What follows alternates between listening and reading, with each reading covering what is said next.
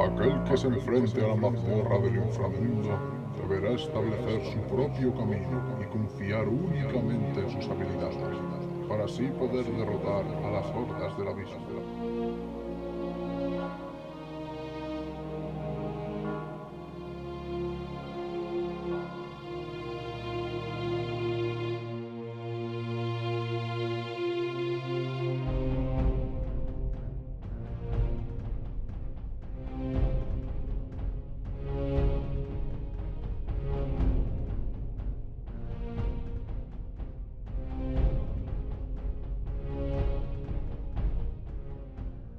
Greydfall es un RPG de acción en vista isométrica donde controlamos a un aventurero que domina múltiples estilos de combate.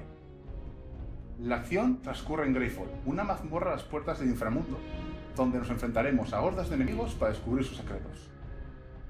Uno de los elementos principales de Greydfall son las piezas. Las piezas permiten al jugador modificar la estructura de la mazmorra de forma que puede recorrerla como desee y descubrir sus secretos. Además, le permite modificar sus habilidades, estadísticas y armas, pudiendo crear infinidad de combinaciones. El combate se centra en el uso de habilidades. El jugador podrá elegir entre una gran variedad y escoger de qué forma quiere enfrentar cada enemigo. Combate cuerpo a cuerpo, ataques a distancia, efectos de área, y muchas otras son las herramientas de las que dispone para enfrentar las hordas de enemigos.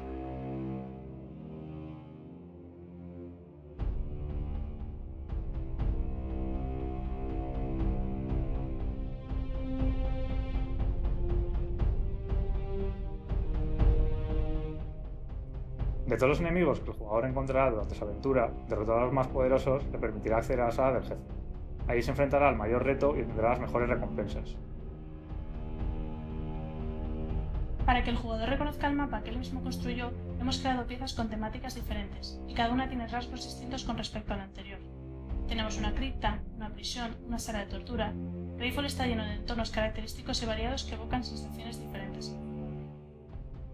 Hemos conseguido un protagonista polivalente al que nos sorprende ver luchando los distintos estilos de combate. El jugador podrá utilizar todo tipo de habilidades, cada una con un efecto visual característico que se integra perfectamente en el entorno.